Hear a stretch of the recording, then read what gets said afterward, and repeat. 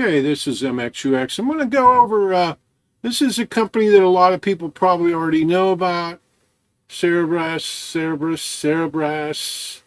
okay? And the point is, this is a ASIC.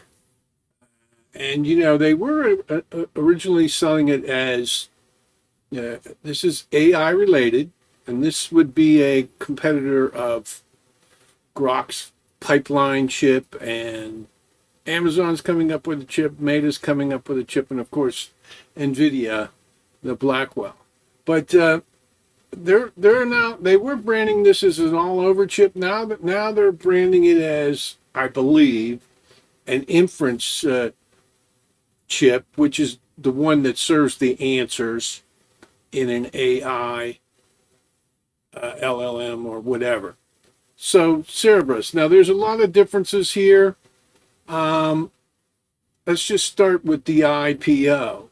As of today, which is like the first week in September, they were planning on doing an IPO, and it's been put on hold. They did raise some money. I think they're waiting for a favorable time to launch the stock to get the most out of the IPO as possible, or they may have other plans, staying private for a while until they build out this infrastructure I'm going to talk about in a minute. But let's just go over this.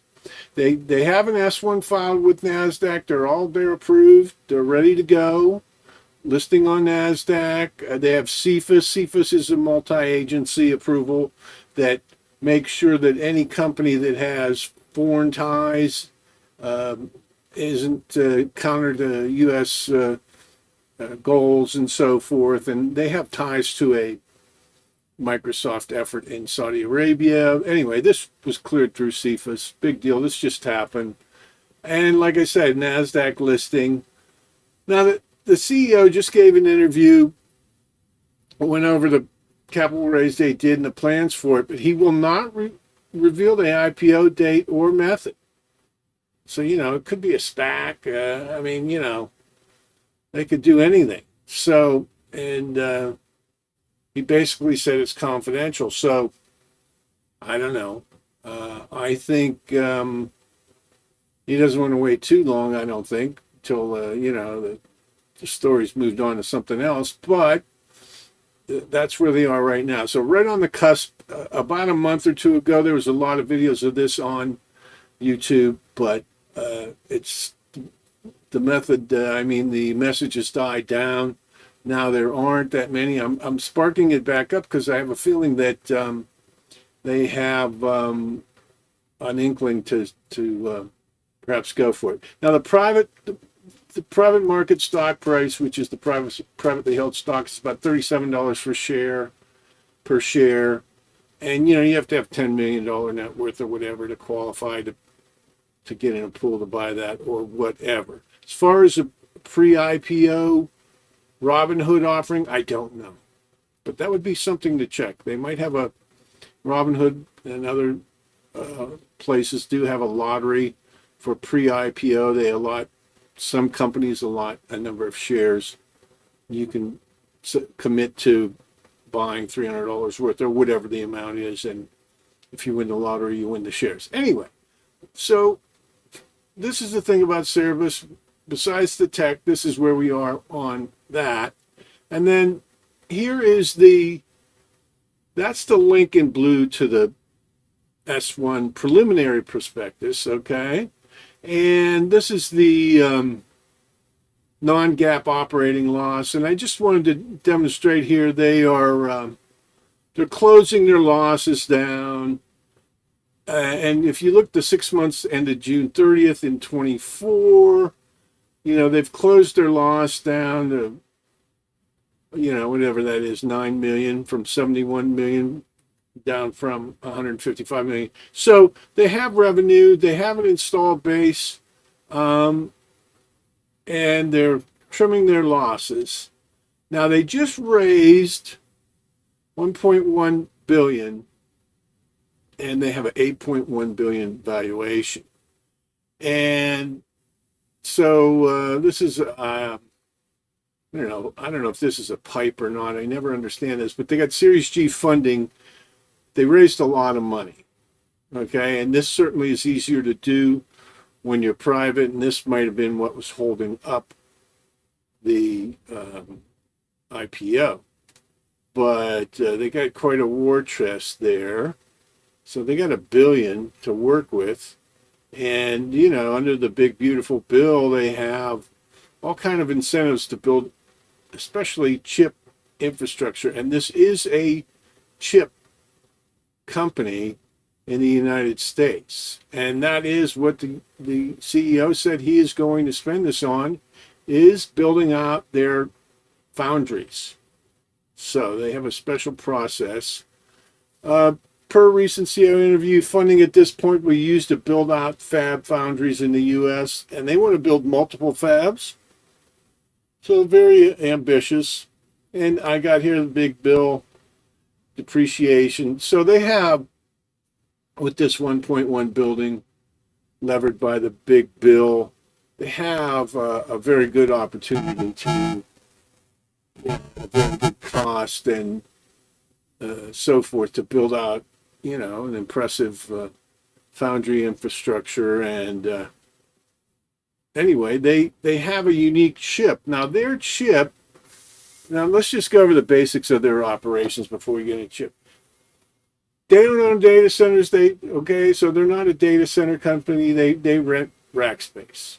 Okay, as I said, now they're marketing themselves as an inference chip. They're like an ASIC. If you look into Bitcoin mining, it went from CPU mining. I remember my old Pentium used to mine Bitcoin while the screensaver was on, to GPU mining, and then they went to ASIC mining, which is a specialized circuit for a special purpose. It doesn't do everything, and this is really CERBRAS is a ASIC chip for AI. So anyway, they don't own data centers. Not their thing. They rent rack space. Okay, or they sell to people that own data centers or whatever.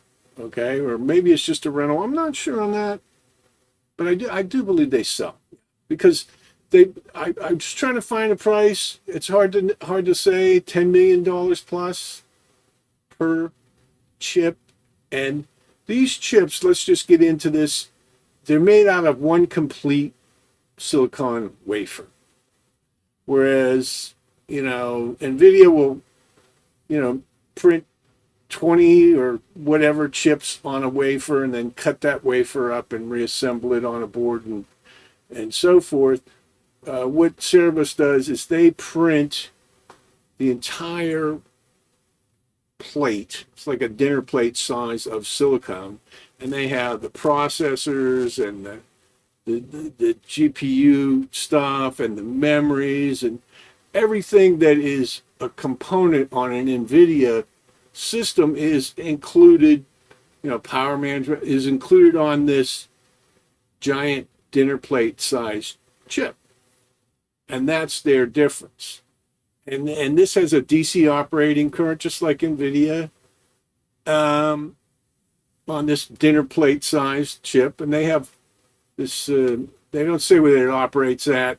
It's a variable operating current, because there's a lot of processes going on in the chip. Cooling, they have intellectual property on the cooling. Similar to the Microsoft microchannel, I think. Would they just because it's a cooling plate that goes over it, but it's like this microchannel Microsoft stuff, I believe, that directs the cooling at specific spot. Anyway, it's a special cooling. They have a 7 nanometer IC design, not the latest. NVIDIA is now 4 or even 3 nanometers, so there's more space, but that allows it's a little easier to manufacture, I imagine. You need to talk to a physicist on what this really means, but anyway, it is not the latest 4 nanometer technology as far as chips goes, and that also not using, they can get more bang for their buck with these foundries under construction as well. They have an installed base now. They have, AWS has, we don't know how many. Meta has, we don't know how many. And right now, the other ASICs, the next generation NVIDIA is going to be like an ASIC chip for artificial intelligence. But, Grok, see, the idea of this chip is with the NVIDIA chip, and I'm an engineer, so the NVIDIA chip, the electrons are jumping from the processing unit over off the chip onto a memory unit, from a memory unit back onto the chip, and so forth. In the Grok pipeline, which is a competitor of Cerebras, and you can actually see this in the chip, all their processes are sequential in processing the data. So they have a processor memory in a line. And again, this eliminates this jumping back and forth of the electrons. The thing about Cerebras is they got this giant dinner-sized plate of stuff, and everything's on the same chip. So nothing has to jump off the chip. And it's just a matter of, how they design the chip. And it's a fast chip. It's the fastest. I believe I've tested it, and I'm going to show you a link later where you can test it yourself. I think this is the fastest response. I use Grok. Grok's pretty good, and Grok is claiming to be the fastest or will be the next generation, but this is very fast, almost instantaneous. And here you go, Cerebras is inference. And again, there's training, which the parallel processing on the NVIDIA GPUs is kind of unrivaled in the training because they can stack, a million of them up and do parallel processing on the training database and so forth. But the inference is different. That is processing, they call it the tokens, which are like words, which are answers. Now, here's the thing. And you can see the red is Cerebras. It's how much faster it is. Here's why the token processing or the inference chip matters. That's how they make money. Okay? It's how these models are going to make money.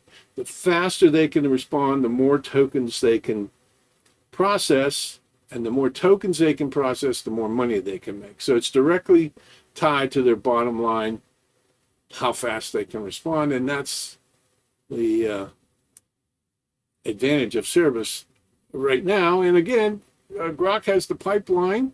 Pipeline is just a normal size chip. I think that might have something to do with auto applications later or now, whatever. But Cerebras is like using an atom bomb to pound in a thumbtack. I mean, it's gigantic. You're going to see in a minute. And one of the companies I'm going to highlight later, I believe it's in New York. I believe they're using Cerebras for financial, like stock market stuff. And, they have co-located servers and everything else. And in program trading and other things, the microseconds matter. And I think that's really one market where this is going to shine. And I think there's one company that's taken advantage of that. This is what the server rack looks like. Okay. The thing is, one of these, dinner plate sized chips is equivalent to 16 or 20 NVIDIA chips, which would comprise an entire rack. Okay. And so one of these is equal to like one rack of NVIDIA chips. Now, I don't know if cooling and other requirements limit them to put one of these Cerebras chips in a server rack, and then, you have 10 server chips, you've got to have 10 server racks. Or if they can stack 10 dinner plate sized chips in there, that would be something. That would really be a positive for applications. They could jam pack take up less room, so on and so forth. But anyway, I think NVIDIA still is the most powerful as far as efficient use of energy. And their next generation chip is going to, I think, even be more powerful. My last video is on that. Maybe I'll try to put a link in on that. But these guys, they don't say, I mean, it's DC power, but it moves up and down. You know, they're being cagey about it. Maybe somebody out there that's a chip designer or physicist can write in the comments what it is. And then now here it is. Now they've cut this square out of like one of these round dinner plates of silicon. Okay. And there is, I think that's the NVIDIA. I don't know if that's Blackwell. Anyway, that's the NVIDIA GPU, which is actually 2. Okay, and a lot of firms, I think Grok is doing this too, but you know they're trying to stick to the new Blackwell is sticking 2 chips together, and Dojo was, I think, sticking 4 chips together. These guys are sticking 16 chips together. Okay, and that's kind of, I don't think that's actual size, but that'll give you the ratio of what we're talking about here, as far as you know, I think there's a billion processors, transistors in that, or a trillion in that giant sheet. I'm not sure. You can look this up in the tech sheets. It's obviously 20 times what's in the NVIDIA GPU. And NVIDIA's been optimized, but these guys have been working from scratch on this and optimizing it. And the fact that it's on one substrate, one wafer, you know, there's no lag in the processing, you know what I mean? The electrons move freely, I believe. And then this is petaflops, you know, which is actually, I think, more of a training stat, but that's the like the second generation NVIDIA, and that's the third. And then there's the Cerebras CS3, which I think is their newest one. But this is kind of a training stat, I think. But it just shows you how much more powerful this chip is. And, of course, it's, you know, 20 times as large. So, of course, you know, chip for chip, it's going to be that much harder. If you have 1 million NVIDIAs, though, you know. But then maybe it's cheaper to have, you know, 100,000 Cerebras. Anyway, I am enamored of the speed of this. I mean, this, now, getting to the close to the end here, this is a company, this is a new company, White Fiber. This is not the most current. I think it's gone up a little bit. This is from a day or two ago. But the thing is, I did a lot of research on this, and this is one of the companies I found out that's doing an application of these chips. And they're in New York City, and they're kind of offering a premium fast AI model. Okay, and again, I said these responses on this are fast. So this is kind of a pure play. I don't know if it's exactly a pure play, but it's pretty much a pure play on CERBRAS. Now, this is the company that owns 70% of that company, and this is a Bitcoin mining company. And anyway, Wi-Fi and these guys, they're putting together a data center, and they're doing all this. You can read this in their press releases and so forth. They're really going whole hog into a AI data center for these CERBRAS chips. And again, I think like these guys are in New York City, and I do believe they're setting up for the financial markets. I don't know. This is what I think. But anyway, it just shows you a couple of companies that are involved. And again, this is the parent company, Bitcoin mining. And you know, Bitcoin mining and AI, the infrastructure is so close, right? Of course, the intensity goes up about 100 times with AI and the size, but it's not, you know, I think AI is not as distributed as Bitcoin mining is. The whole idea of the Bitcoin mining, of course, is to have a distributed network. But Maybe that's a thought for AI. Anyway, that blue link there, you can type that in your browser, and that will take you to the CERBRAS demonstration window, and you can type in questions and so forth, and you can see for yourself. Very fast, I think, but there's all kind of ways they could make it fast. But the point is, this is definitely a new technology. Well, I mean, it's still integrated circuits. It's still on a silicon straight and everything. But I mean, as far as making this massive of a chip and so forth, this is new. Okay. And will it give them a competitive advantage? Is it cost? Can it cost out? I mean, the thing is, just watch the interview with the CEO of Grok. Speed's everything.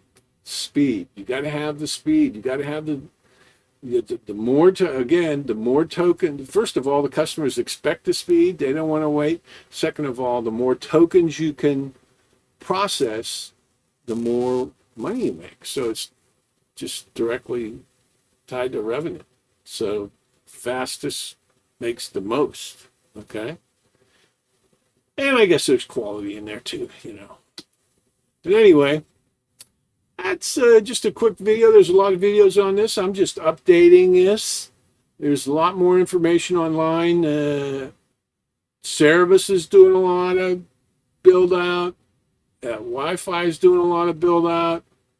I think I don't know if this. I think this has been out for a while, but it's pretty cutting edge. There's not a lot of installed base, but I think people are tinkering with it, and I think we'll have to. I think financial. I mean, the thing is the speed, and ChatGTP, has to deliver tokens. Each word is like a token in an answer on an LLM.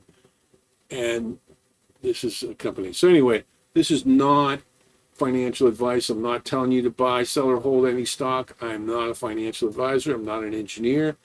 I'm just trying to figure this out for myself, and I'm sharing it with YouTube. All right. Thanks a lot. And I hope you guys liked the video.